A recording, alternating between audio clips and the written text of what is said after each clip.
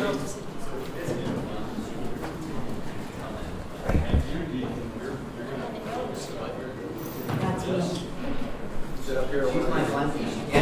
away. Yeah, I don't go far away.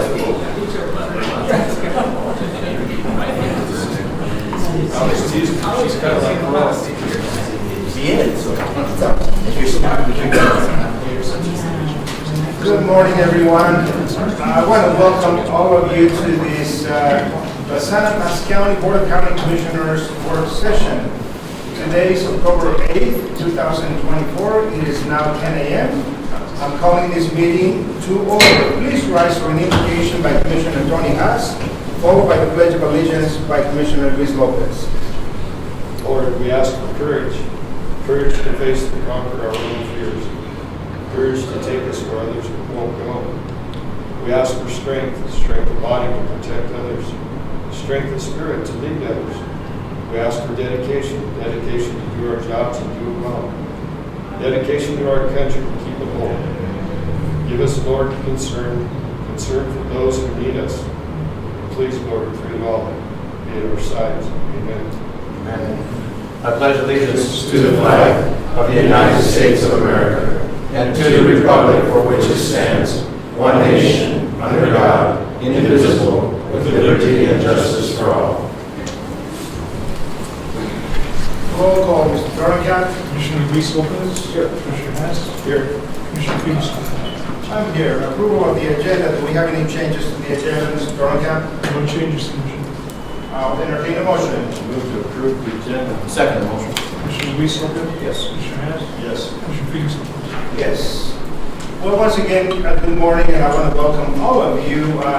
But before we start, I want to open up with a couple of remarks and really extend a sincere thanks to Commissioner Luis Lopez, Mr. Dorncott, and Mr. Rico, Mr. Phil Rico. They have been working on this letter of support for quite some time. One of the things that it has taken quite a little bit of a research is going through back and forth with the pipeline owners, doing an investigation, having communication. And so as we begin to draft this letter of support, if we decide that this is exactly the road that we want to take, we want to thank all of you that have participated in this draft. It's a draft document that at this point in time today, this board will not be making any decisions. We are not going to be taking any position on this. This is going to be considered, and from my perspective, and I'll stand to be corrected, from my perspective is a living document thus far until we all agree that the final language is going to be gone. So, and briefly I'll pass it on to my fellow commissioners, but one thing that it is important to highlight, I don't know, and I can't remember exactly, we had a meeting with the pipeline owners, Kinder Morgan, and the city representatives, the county representatives, and one of the things that came out of this whole thing, that it was decided, let's work on this at that time, and it's still titled a white paper, letter of support, if you will, on behalf from the county back to you all. And from there on, you know, one of the challenges is going to be, once this letter is in your possession, to take it forward, and then you begin to do all the stakeholding, and I'm speaking the Army, Fort Carson, beginning to do all the stakeholding with the constituents, with the community, with the ag community, and then of course, with whomever you have to go through. There is probably going to be an archaeological study, there's going to be a historical study, and all those things. So from the county perspective, as the chairman of this board, I believe that this document, again, has taken a lot of work, it's taken a lot of time, and so this is going to go, I would imagine, to the congressional delegation, the federal congressional delegation, to seek support for the dollars that you all are going to be requesting. So it is on behalf of this Board of County Commissioners that we feel that this letter of support, if we agree with the language, and this is going to, once again, an open document. We're going to go through that. I'm going to share some of my comments, some of my ideas. what are going to be some of the additions that I see from my perspective, and perhaps even some deletions. So I want to welcome all of you, and as we go through the process today, we're going to open up the floor for any and all if you want to make a comment. And I see we have Ms. Kathy Garcia back there, we have Mr. Huerta, and we have all the representatives that have the big purse. I want you to really keep them to task, because at the end of the day, they'll be the ones that carry forward this letter of support, if indeed this is what this Board of County Commissioners moves forward with. And so, one last thing, and then I'll pass it on to my fellow commissioners. As I mentioned to you today, this will be, down the future, a line item on a regular Board of County Commissioners to make a decision to support this letter or not. So today simply is an open conversation, so welcome to all of you. Some of our city friends as well. Madam Mayor, welcome to this meeting. So from all that councilwoman, and so to all of you, welcome, and know that the floor is going to be opening up here in a moment for any comments, recommendations, and so on. So now, Commissioner Luis Lopez, you have been working on this, so I'll yield the floor to you, sir. Thank you, Chairman, and good morning, and welcome everyone, and to our dignitaries and U.S. Army military lead. Mayor, Councilman Ogletree, thank you for being here. Former Mayor Rico, thank you for your efforts on this. And a big thank you to city staff as well for coming along, and our land use, Mr. Lucero, members of management, Mr. Richards, thank you all for being here today. This is a subject that's we've been talking about for the last couple of years, and moving forward. And I'd like to really give a big thank you to Mr. Doricamp for all the work he's put into drafting this document as well with us, and getting this forward to this point. There'll be a lot of discussion regarding how to move forward and changing this draft into a precise, exact document to move forward at this time. What's the background for the community and for those listening online? The background of the U.S. Army's acquiring of the Pino Canyon many years ago. We were very strong supporters back then when I was in high school of the Pino Canyon. Because of the industry and the businesses that were going to be affected in a positive manner for the city of Trinidad and the city of Manhunta, possibly with the development of Pino Canyon. And over the years, we've seen some of that. We've seen the military spending money in our communities, as well as assisting in local fire departments and assisting in many different ways that affects Los Animas County and our neighboring Otero counties and being good partners with the U.S. Army. Matter of fact, when I was just in high school, I was explaining earlier to the troops here this morning with us that my family had a contract with the Army Air Force Exchange Services and did a business down there. We employed many people at the time, up to 10 people for the large rotation. So it has shown some benefits over the years, especially directly with myself. And matter of fact, we own property directly across the highway, anticipating Pino Canyon to be a full-fledged institution and base where the need for apartment living and gas stations and business opportunities would be available. It's unfortunate that 4 years later that hasn't occurred yet, but we're still optimistic that I'll see that in my future and be able to possibly assist in opening businesses out there that encourage this endeavor. However, the whole purpose of this discussion today is something that has been hot and heavy on our minds for many years because of the surrounding farmers and ranchers that live there. And we want to make sure that we protect the folks that live out there and their interests and their concerns. And the main thing for me in addressing this today is the allowing and supporting the U.S. Army in relocating of this said pipeline. The map's not up, but in our map it does show that it does disrupt a large portion of the base. And by supporting this for myself and for my surrounding ranchers and landowners, this would allow the U.S. Army to relocate this so they can utilize the majority of their training facilities. And I think that would be a benefit to this community, but also protect the ranchers and landowners surrounding so there will be no more need of a future land acquisition from the U.S. Army for purposes of training. Since the property does have that disruption, I think this would be something positive to assist them into utilizing the entirety of their base. We were fortunate enough a little over a year ago to have a flyover with Colonel Brown and visit the entire site. And it was very eye-opening for myself as a county commissioner to get a bird's eye view of the entire base, show us and show the importance of how this allocation of funding and assistance with Kinder Morgan to assist the U.S. Army utilizing the entire base is somewhat necessary. So having said that, I'd like to finalize and come forward and have discussion today of any concerns that was in the draft or what we need to change. I know Kinder Morgan, I don't think it has a representative here today with us, but their concerns were there would not be abandonment on that pipeline, so it's going to have to be relocation moving forward. So with that said, again, strongly support our U.S. Army and all of the folks that represent our country and protect us every day and our armed forces, and for just being a small community county commissioner. I'd like to be able to say that I was able to support this manner moving forward and assisting our troops in training for the future to protect this great nation. Thank you. Guys, welcome all, and it's good to have you all here, and I want to thank Mr. Rico and Louise and Phil for their work on this white paper.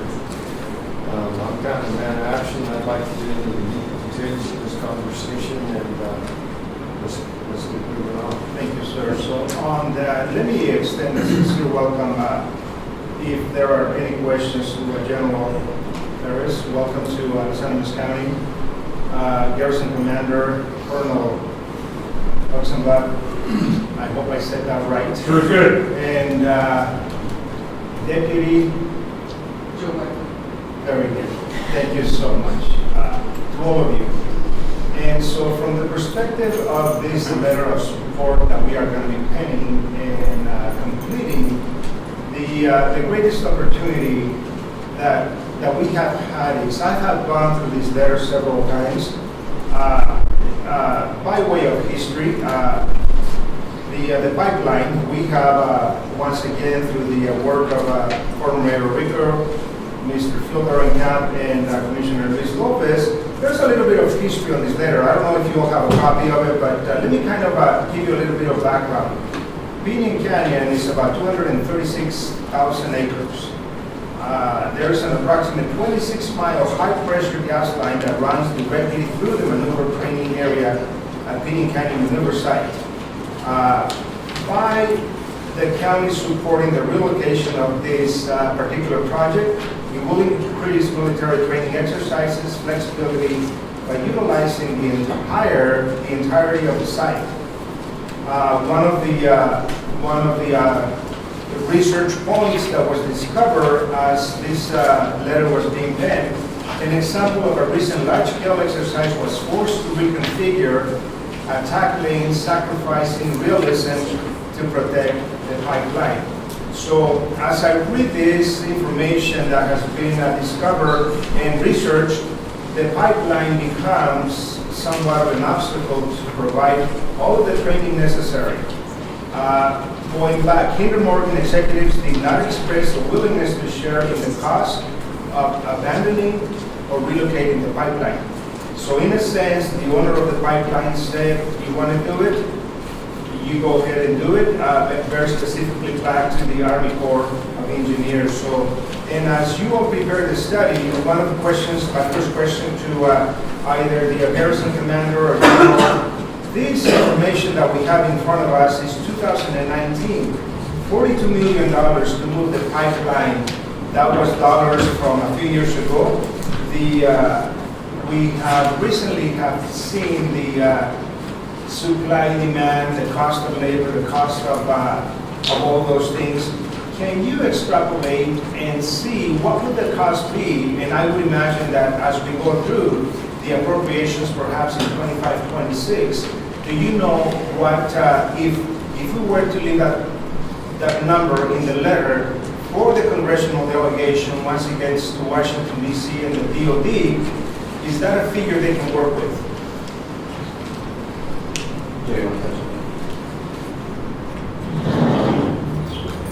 Yes, should be working. Yeah, so Joe White, the Deputy Garrison Commander. So there have been some numbers done over the last 5 years. Your number is fairly in the middle of that. Gator Morgan has done some numbers, but we're not privy to what their numbers are that they're actually spent. But I would probably say the $40 to $50 million range is what I would expect the cost of the final analysis. And I would hesitate to do more than just put a range on it. At this point, costs have gone up for every commodity, steel, labor, insurance, everything that you know. So that's what I would suggest. And if I may, just kind of a follow-up, the Department of the Army will actually have, we are providing numbers from 2019. So at that point in time, they'll realize that the expenditures have increased. Mr. Rico, please come up so those individuals that are online can actually hear your comments, sir.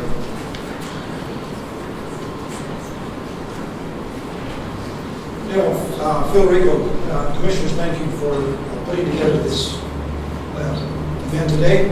And like I said, I've been involved with this, and just to let everyone know how this white paper actually began. I think it was February of 2023, I went to Washington, D.C., and I met with a couple of people from the Pentagon.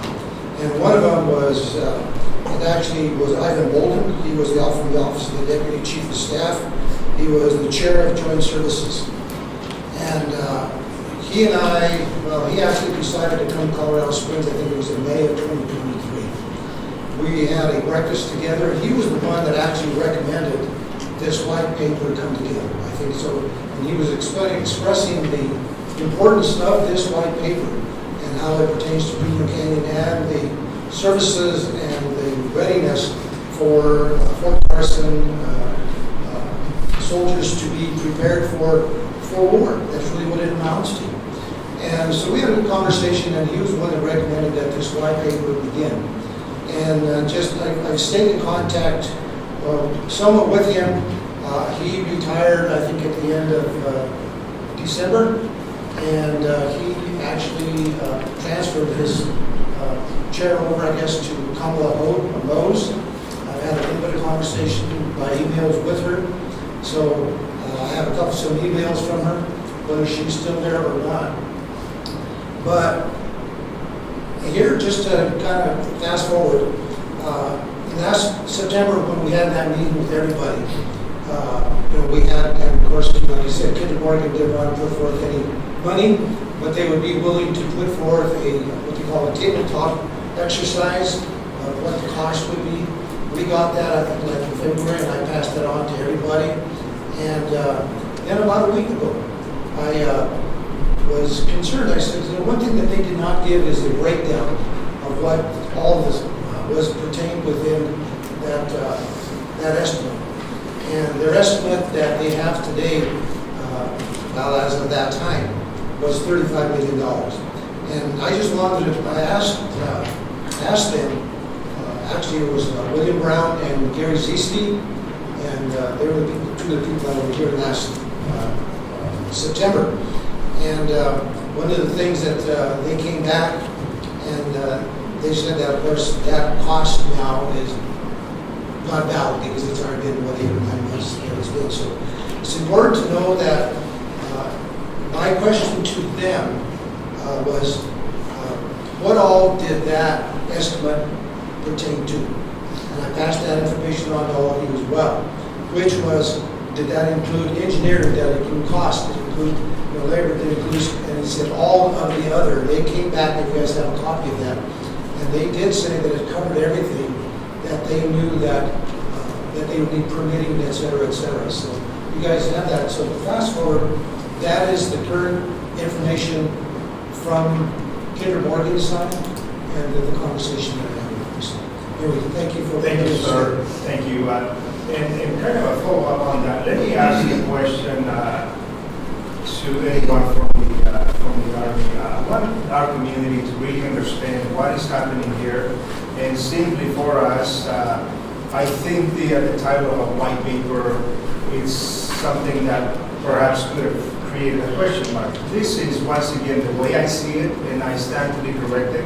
It's a letter of support extended by this Board of County Commissioners after the exhaustive research that has been done by the county personnel along with the past city mayor. they have been working on this for quite some time, so if I'm seeing it in a different perspective, please let us know. We believe that this letter of support, of course, is going to be delivered to the proper authorities, the federal delegation, and given some of the outgoing U.S. representatives are willing to carry on that message to Washington, D.C., whatever they need to place it. So my question to you all is, so what happens, and if you care to expound on what happens if the process begins to be approved? What are the steps that the Army is going to take to ensure that the communication and the community is 100% abreast of what's happening with this project? I can start off, Joe, and I think first up, I want to say thank you, one, for taking the opportunity to take this mission. This Pinyon Canyon is extremely important, obviously to you and the ranchers and all those that live around here, and we do not want to expand. We want to enhance what we have because we think we have enough land there. We do not need to expand, but we want to enhance what we have. And I appreciate everyone's concern for and the history that goes with that, and know that we do not want to expand. What we want to do is enhance a world-class training facility. And we can do that if this pipeline comes out. It will further enhance our ability to train, not for yesterday's war, not for today's war, but for tomorrow's war. And as you talked about, why this is important to you, because this is about saving lives. When we go to train, we train to save lives. And what we're training now is stuff that hasn't been done where we need we need land, we need airspace, we need places to do things that Fort Carson doesn't necessarily afford us. But having the opportunity to deploy a Pinyon Canyon and train enhances our ability to prepare for tomorrow. So when we look at Pinyon Canyon, we see nothing but opportunity and growth. And it's not just for the Army, it's for the entire Joint Force. And when I say the entire Joint Force, I mean the Air Force. I know they come down here. We have Marines, we have Navy, and we have Space Force that all want to train and take part in the opportunities that avail us at Pinyon Canyon. The ability to take rail and train on rail, the ability to have to go 160 miles just to get to the fight, is difficult in itself. So this is why Pinyon Canyon is important to us. What we're doing right now is an environmental impact study because we see ourselves growing into Pinyon Canyon, and we're going to try and expand within the footprint of the existing Pinyon Canyon. That is our goal, is to expand the training and enhance the training within that boundary. And that is so that we can do more artillery, we can do things that you're not able to do anywhere else along the electromagnetic spectrum. It allows us to do things at altitude that we can't do anywhere else because of its remote location. And that's where we see Pinyon Canyon going in the future. As you know, this isn't about today, this is about tomorrow. It's about how we train, and it's about where we train. Fort Carson is going to see an expansion in capability here in the next few years. We call it a multi-domain task force. They need a place to train. There's only one of those existing in the world right now. That's fully outfitted. There's two others that have already been fielded that are in the process of growing, but we're bringing another one here. We have the first and only Space Brigade in the United States Army in Fort Carson. We have 10 Special Forces on Carson. We have a fantastic relationship with the Colorado National Guard, Air Force Academy, Shreveport. That community of interest, we want and they want to come down here to Pinyon Canyon. So this is why this is so important for us. It's for tomorrow. It's for saving lives for tomorrow's fight. So we're going to continue to invest in how we can enhance the training area that's there at Pinyon Canyon. And if this pipeline is removed at some point, I know this is an ongoing process, we would be transparent, I think, in everything we do in the process of that. And Joe's an engineer, he can talk to you about it, and I know Eric would be down here, Dee, as you know, would be transparent, and we would be open doors to you, just like we brought up in Oak before. We would show you everything that's going on there, because we appreciate the time and energy that you're putting in to enhance our soldiers' training, your children's training, because that's the soldiers we have with their future. We take that sacred vow very, very important to make sure our young men and women are prepared for tomorrow. Thank you, sir. Commissioner Hess. Yeah, I've got a question, Colonel or General or whoever wants to answer this, but I would like to, the information I would like to have for our congressional delegates in the back of the room how is this pipeline actually affecting the training that's going on out there? I realize it's 26 miles long and about 300 yards wide, right? The buffer that's around that pipeline. I'm the one that put those posts up and said there's a high pressure train here.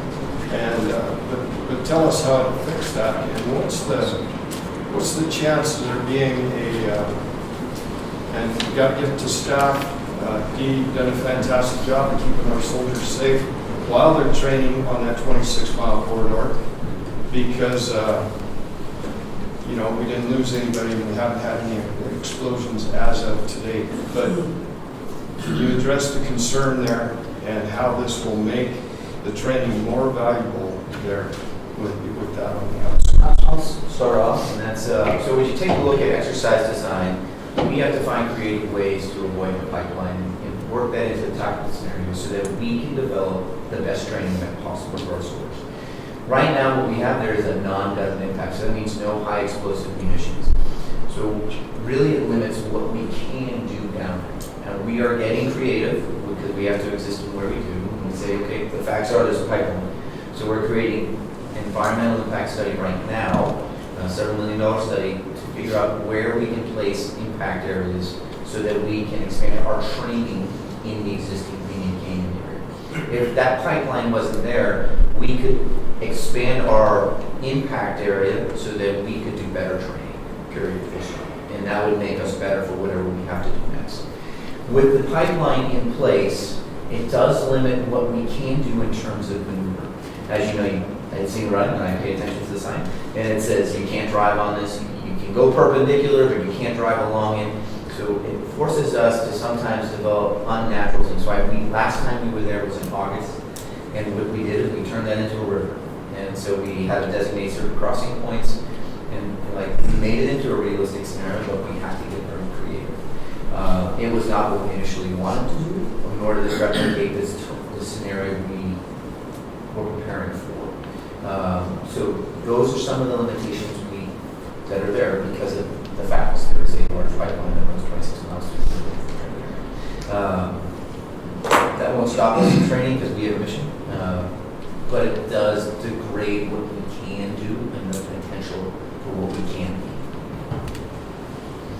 Thank you. Let me welcome a couple of individuals that have joined us, Mr. Dennis Heisey and Mr. Michael Curcio, that from the they're with the National Security Advisors. So welcome, gentlemen. I'm going to yield the floor. I think Commissioner Luis Lopez a couple of moments ago had a statement and or a question. Can you, from the perspective as from the federal delegation, can you just walk us through the process? Where do you see this letter of support, and where do you see this project advancing now that we have a very prominent election coming up, and we know that the funding perhaps is not going to happen for who knows how long? But welcome, good morning, gentlemen. Would you care to just unmute yourself, introduce yourself, and give us a bit of a kind of what is scenario?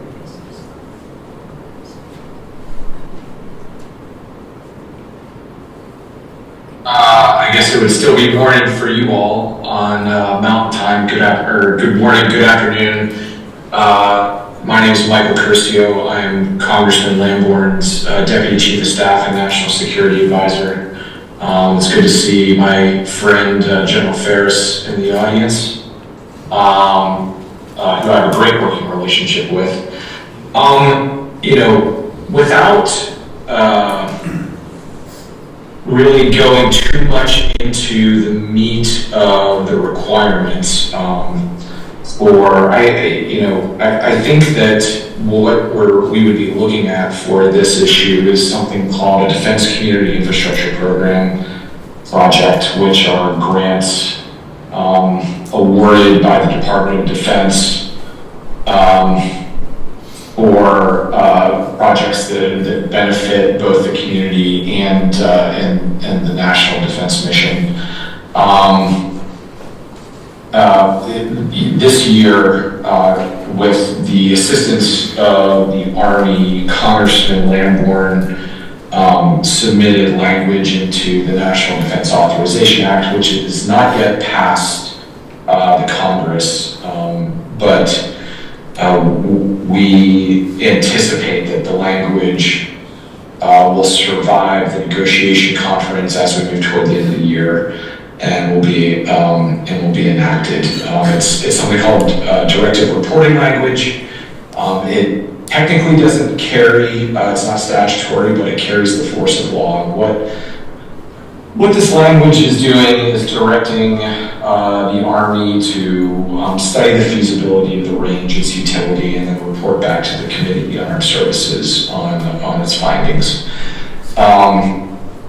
As part of this, and I think General Ferris just mentioned, was that money was released. Although we can't confirm that the Congress's interest in the project was the genesis of that, but nevertheless, the Army is conducting an environmental impact statement on the feasibility of expanding the impact area. Buddy, correct me if I misstep anywhere here. I have been personally briefed by General Doyle multiple times, at least 3 times, to examine the issue and the benefit to the Army and benefit to the Joint Force as we move into more multi-domain centric operations. I have briefed the Congressman extensively on that, and he's pleased at the efforts that all of us are undertaking. With respect to the Defense Community Infrastructure Program, there are, and I apologize because I don't have the exact requirements in front of me, I think which are in section 2391 of Title 10 United States Code. But in order for the Congress to really move something down the tracks, there is a set of wickets that we need to jump through, all of which are, for the most part, on the service to get through in partnership with the community. And broadly, this consists of planning, project planning, and also budgeting and programming. So, projects need to be a certain percent planned, and they need to be budgeted in the future year's defense plan before Department of Defense will look at any sort of movement by Congress to prioritize these. And yes, congressional members often do submit letters of support for various projects, which DoD takes into consideration as they award these grants. However, to the extent that the Congress gets involved in that, I think that's there are certainly limits on it. So anyhow, I thank you very much for the opportunity to add in a few remarks here, and if anybody has any questions, I'll be here. Thank you. Thank you, Chairman.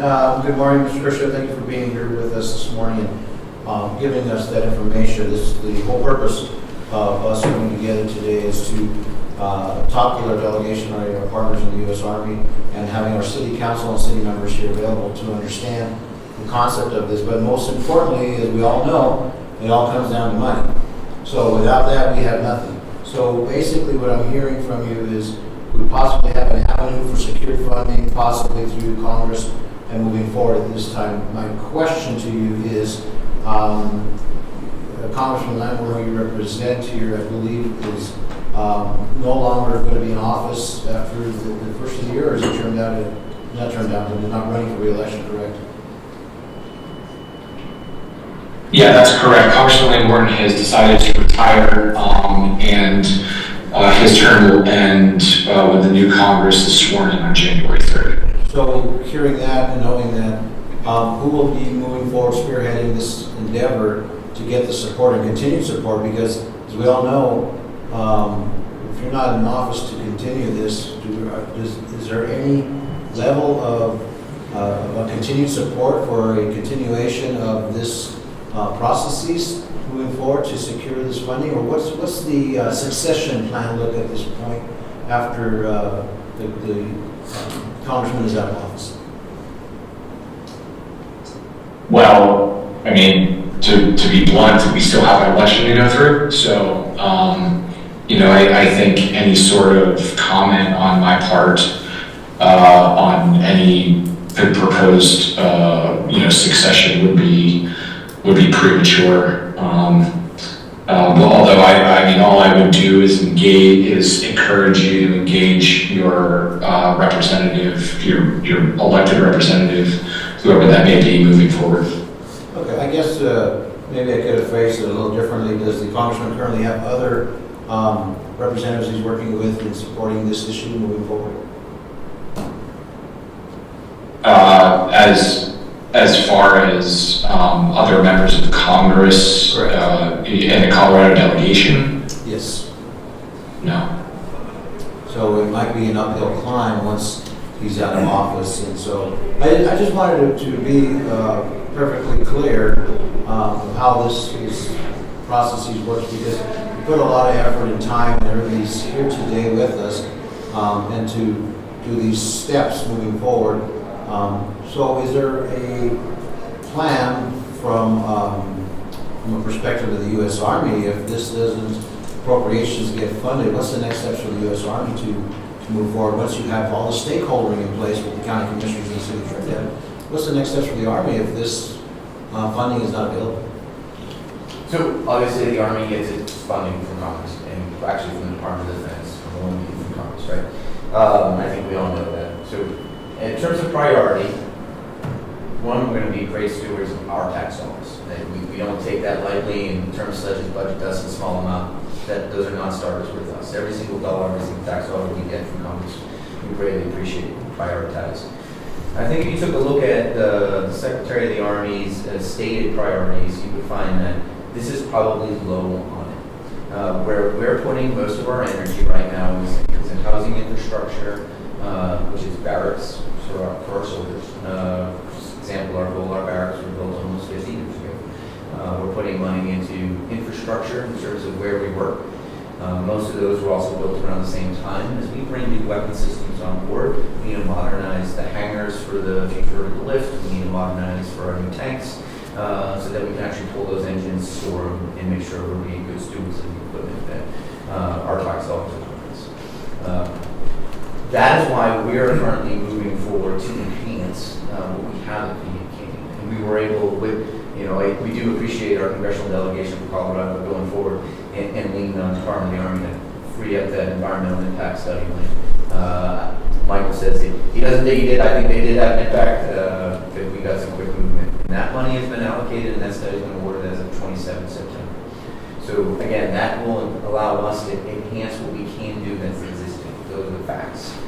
If priorities change, or there is a DSIP, or there is another avenue to allocate money to moving that pipeline one way or another, we can benefit from that and move forward. But we won't deviate from the Army's priorities, which are right now obviously barracks, infrastructure.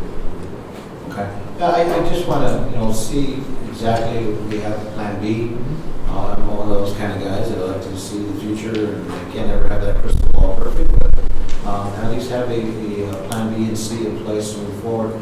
So if it is not available and you're not able to relocate at this particular time, this year, next year, 5 years from now, for appropriations, just to make sure for the people listening online, for our farmers and ranchers, that there is still no need for any expansion of Pima County. There is no need or want for expansion. We want to enhance. We have the land we need. We are good. In the environmental study portion of it too,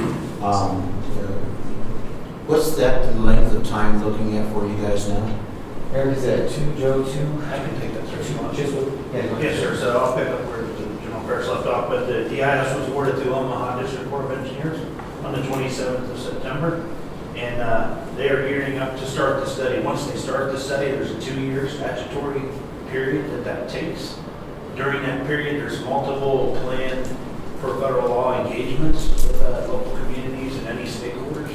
So we'll be coming down here, holding public meetings in cooperation with you, sir, and then lots of opportunity for input. We're going to look at all opportunities. To your question, part of that study is the best case scenario that the pipeline gets moved, but we're also certainly looking at options to enhance training that the Army needs if we have to still work around the pipeline for now. So hopefully that answers your question. And I have a follow-up question for our congressional representatives here today, if they'd like to come up, if anyone wants to answer this. Where does your representative, your senator, this specific time, if at all, have support in this moving forward with what was discussed by with Michael earlier? Mr. Curcio. Antonio, Kathy? Mr. Curcio, I know you have your hand up and while they're getting ready here in the room. Go ahead. I know you had your hand up quite a bit. Yes, I should have clarified one statement that I made previously when you asked if there was anybody in the delegation that was sort of tracking this and supporting it. I had it in my mind other members of the House and other members of the House delegation. And while that may still be true, I neglected to mention that I work very, very closely with Senator Hickenlooper and Senator Bennett's national security team as well. And I do know that they are tracking this issue very closely. So, I think I value my relationship with that staff greatly, and from a continuity perspective, I think that you're in excellent hands. Thank you for that. I appreciate that. Thank you. Let me, so now I think, we, the work that has been done, Commissioner Luis Lopez, former Mayor Rico, Mr. Dorenkamp, we have proposed, of course, from our perspective, 3 could be solutions to this whole thing. The first one, of course, is to abandon the pipe where it's at. The second is to move the pipeline outside of Pinion Canyon Maneuver Site. And then, of course, the third is to move the pipeline to the exterior boundary of Pinion Canyon Maneuver Site. Do you still feel that these 3 recommendations, should we leave that if we decide to approve this letter? This is what we see from a county perspective based upon the investigative phone calls and research. And we're simply recommending this. When you get there, it's going to be, the heavy lifting is going to be on your side. The way we see it is, this is soldier safety. That is what we are trying to provide. And to me, this letter is coming from that perspective, the safety, and then of course that leads to the communication within the community, which by the way, these Board of County Commissioners, of course, we're going to be removed when and if we approve this letter of support, hand it over, and then you begin the heavy lifting of all the investigative, all the stakeholding, all the community meetings, and all those things in general, as you mentioned, the environmental studies begin. And so from that perspective, I think we have 3 recommended solutions. If Mr. Dorenkamp could chime in, I'd like to hear from you. Well, as already been mentioned, abandonment is off the table. Ken Morgan says it. So we can strike that out. That can be scratched. But in addition, I understand from the Army's perspective that this isn't a high priority. And if it's not, and I hate to be the fly in the ointment, but I'm going to be, how important it is, how important then is it to us to continue with this letter of support. I think Mr. Curio also mentioned that in order for a project like this to even be considered, it's got to have at least partial planning completed. And if that's the case also, how, if we do decide to go ahead and push forward, or try to push forward with this letter of support, how then is even partial planning funding that would even get this letter of support or the idea of moving the pipeline to the boundary or outside the boundary? How do we even get that started? And I'm gonna, from my perspective, I think that is, we're throwing the past. And it is now the United States Army's responsibility to follow through. I think, from where we stand, I feel comfortable saying that definitely this letter of support, yes, knowing that we're going to have a new Congress in 2024, 2025, could change things. But nonetheless, from where we stand today, I think individually, not as a plural here, I think the letter of support, once again, if we decide to approve it, we just give it on, and ladies and gentlemen, this is where we stand, and if later on this has to be revisited, I think there will be an opportunity going forward as well. That's my opinion. Once again, Mr. Kershaw, you had your hand up. Oh. No, I just forgot to lower. Okay, there you go. Okay, I took it down now. Commissioner Lopez. Chairman, at this time, if the city mayor, Grego, or Councilman Ogletree are here in the room, have any questions for the U.S. Army, please allow them to address the board and the U.S. Army at this time. Yeah, I don't know if that's working. Is the yellow light on? No. Come up to the podium. If you don't mind. For those that are on the audience, so they can hear. Batteries are probably dead. He drained them. You just drained your mind. Good morning. Thank you. Good morning. Thank you, gentlemen, for hosting this meeting. I think in my mind, and I'm going to go back to council and find out what our next step is, but I'd like to know specifics about what priority, what's the timeline? Who is going to compose this letter? Are we going to send the letter jointly as county commissioners and city council? I mean, just very basic information that I need to take back to council. I'm thinking, I don't know what the precedence is for doing one letter for both the city and the county, but I'm assuming the contents of the letter are going to be pretty close to identical. So that direction, so I can direct council and let them know what our next step is as well.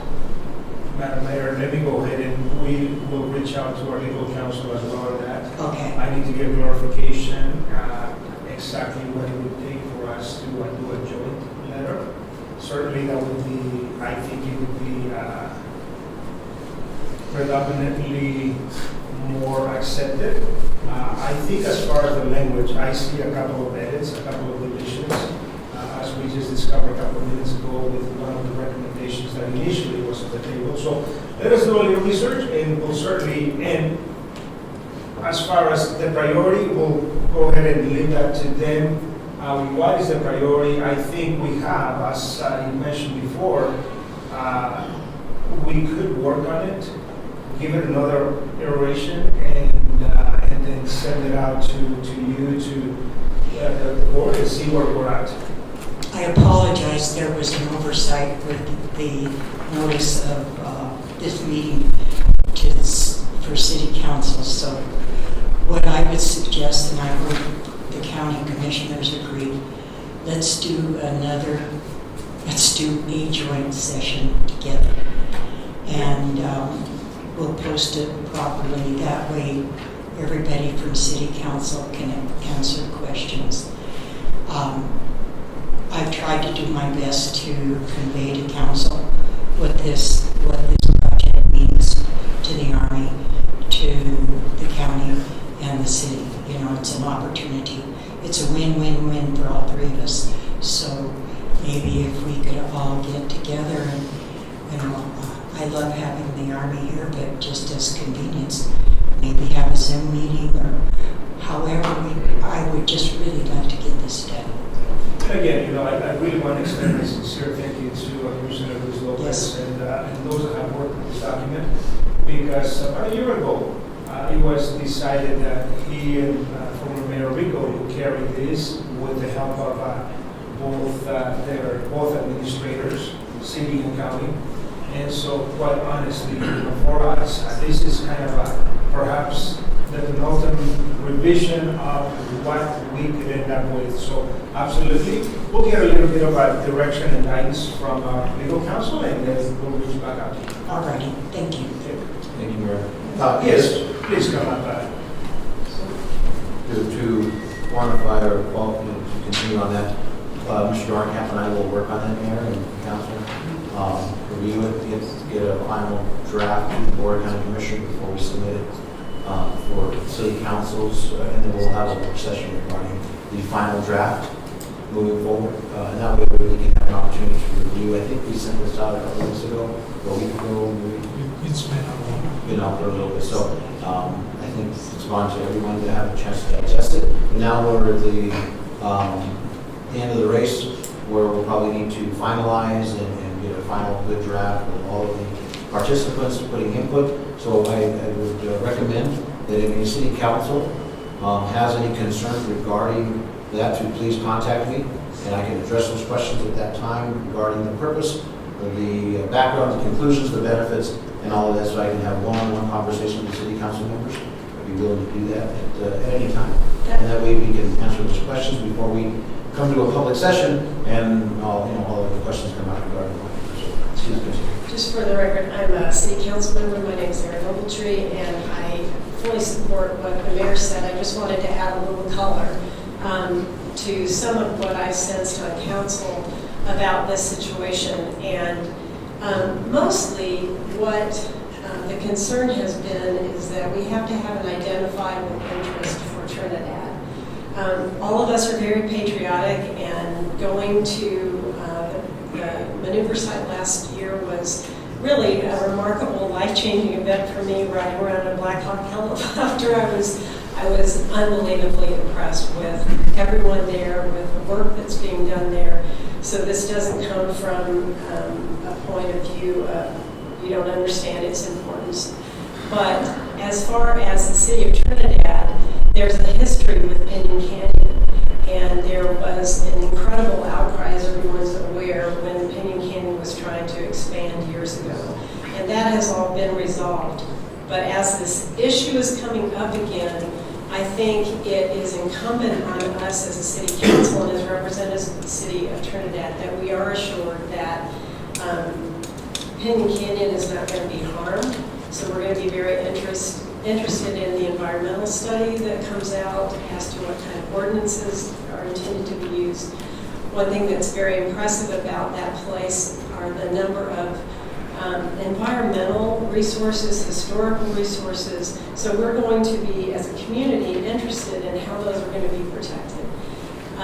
So those are my thoughts. Also, from an economic point of view, we really do need to understand how will this affect the city of Trinidad, because we have to turn around to our constituents and say, not only that we are patriotic people who support our military, which is absolutely true, but that we see it that the expansion of use of this facility is also in the interest of the people of Trinidad. And that's all I want to add. Thank you, Councilman. Quickly, I just want to make sure everyone is clear. One, we totally are on board and agree with the importance of the cultural and environmental stuff down there. And I think Eric would be happy to have you come down and show you some of the cultural sites and the efforts we go through to make sure that the environment and the cultural sites down there are protected. I was impressed with the people that I met down there. There was a woman whose name I don't recall. It was her job to watch out for the eagle nest. And, I mean, the level of detail was very impressive. And we'd be happy to continue that dialogue and continue that relationship with County Commissioner Anderson. I think that there's nothing but goodness that comes from that transparency and that shared understanding. And as we take a look at it, to Phil's point about is this worth it? Yes, the funding may not be the priority for the Secretary of the Army. And remember, 1.1 million people, something like 32 executive agencies that the Secretary is responsible for. But for the enhancement of Pinyon Canyon and Carson, this is a priority. So when I talk to you about funding priorities at the HQDA level, that's where I'm saying this is not a priority problem to the Secretary, it's lower. But to Carson and the expansion of enhancement of Pinyon Canyon, this is important. So when we say the letter, would do a difference, I think it shows, it would help and show that the city, the county are all on board with moving forward with the Department of the Army in an effort to enhance the training of Union Canyon. And I'll keep saying it, we do not want to expand. And I think, like you said, we have solved that, and I think we are all on the same. We do not want to expand beyond our existing borders, and removing the pipeline further enhances our ability to train and protect the environment, like you said, the safety and everything that comes with that. I think that pipeline's 60 years old. Thank you so much. Yeah. So Councilwoman, thank you so much for your comments. I believe that you summarized exactly what we have kind of addressed throughout. So thank you for those comments, and definitely that's going to go on as the communication ensues, the investigative report, the stakeholding, the meetings, so on, from their perspective. Thank you so much. Mr. Curcio. Thank you, and thank you for letting me chime in. I actually have a few amplifying thoughts as I was listening to the councilwoman speak. I completely understand that the need for the pipeline moving to be in the interests of the people of Trinidad. Let me give you a little bit of perspective. I wasn't always a congressional staffer. I was 26 years active duty in the Navy, and for 3 years I was stationed in the Pentagon on the Chief of Naval Operations staff in the portion of that staff that was in charge of what we call fleet readiness. Specifically, I helped write the budget for the Navy ranges and targets. On the comment about environmental protection, I just wanted to offer the observation that from a headquarters perspective, and again, I'll let the Army folks correct me because I'm looking at it from a Navy perspective, but the Navy operates in very environmentally sensitive ranges, both specifically in Fallon, Nevada, but also in our offshore ranges, where the Marine Mammal Protection Act, Clean Water Act are all of high focus. And what we see is that services, whether it's the Army, Navy, Marine Corps, Air Force, they tend to tie in the offices that are in charge of environmental readiness and environmental protection with their range office. So when I was on the Navy staff, the Director of Navy Environmental Readiness was in the next office over from the Director of Fleet Readiness, and they all fell under the same 3-star admiral that was in charge of fleet logistics. The other thing I would note is that, and I don't know if General Affairs touched on this, but is the fiscal aspect of this. So I was fortunate enough about a month or so ago to be in the district, and I observed the 4th Infantry Division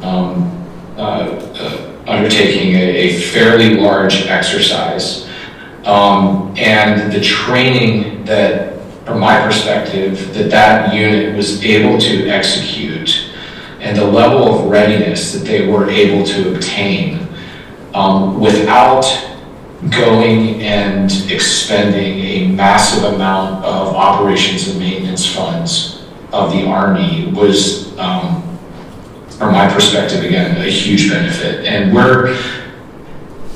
we are in a time when we are extremely fiscally limited.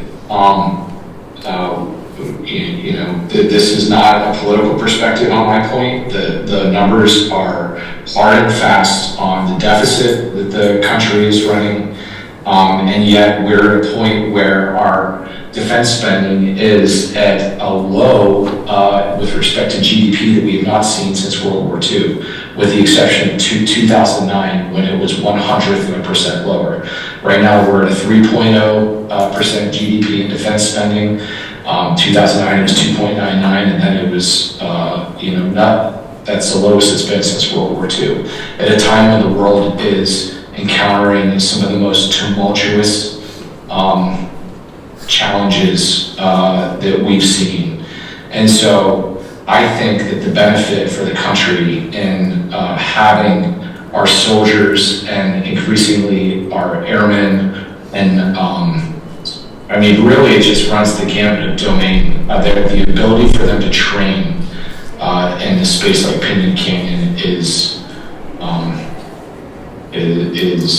highly, you can't overstate it. And I would just offer that observation from, again, my perspective in Washington, D.C., sort of being in the intelligence briefings weekly, and also having the responsibility of helping Congressman Lamborn make some really hard decisions with his colleagues on defense spending. Thanks.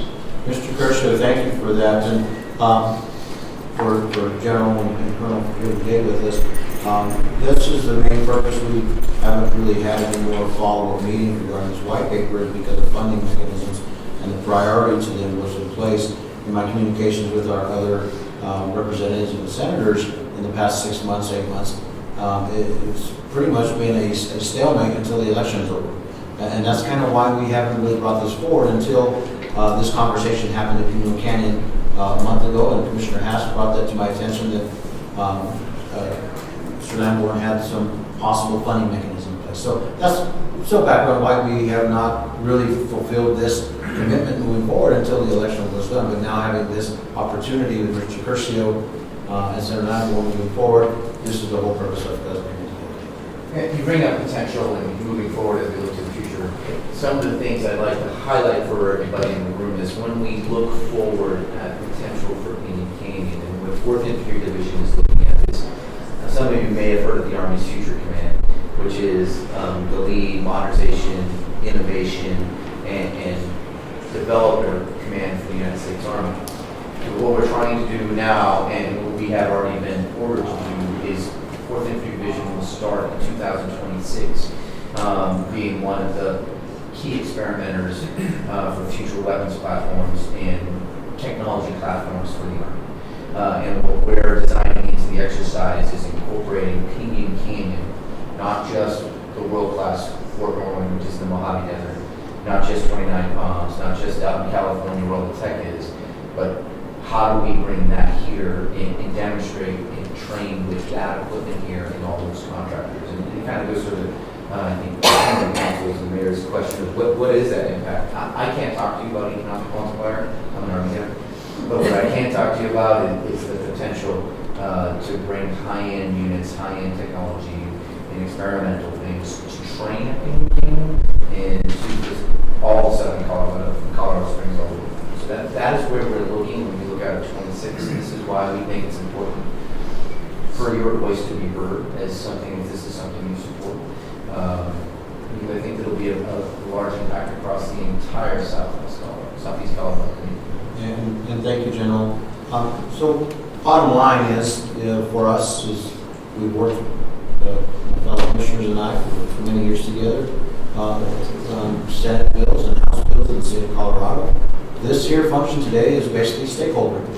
We are having conversation with you, with our city partners, our community members, our legislation representatives that are here with us today, and this, to me, in my opinion, is a great way to get support for assisting the U.S. Army in getting the funding mechanism in place for such bills and legislation moving forward. Having said that, protecting our best interests, which are my children, my wife, my family, is something very important to me and my family, and we respect what our armed forces do so much for this community and for our neck of the world, for the world we live in today with this scenarios that are happening abroad.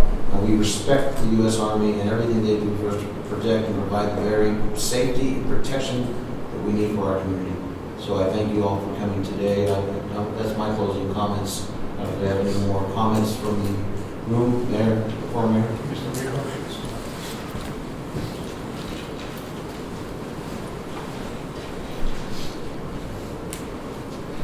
A couple of final comments. One of the things that we requested, and he offered last year when I saw General Doyle and he said if we needed a letter of support to ask him. So we did.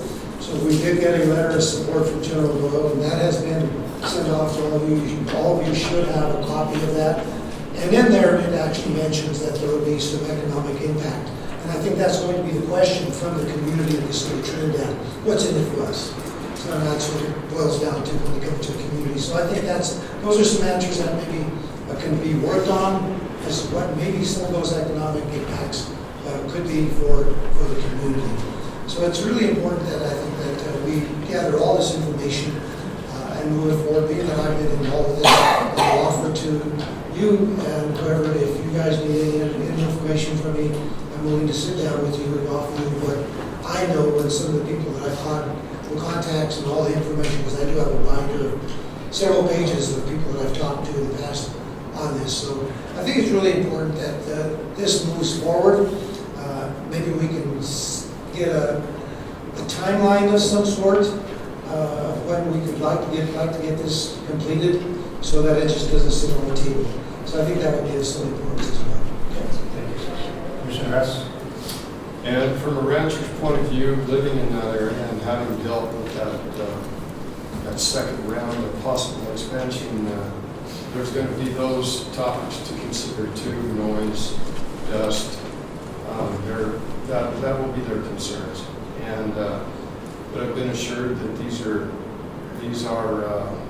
training rounds that will be going off, so they won't have the significant impact that it would be if you were in combat. So as combat rounds would have. So those will be points that they'll want to know about. Before we make my final remarks, anyone else would like to provide any comments, either here in the audience or online?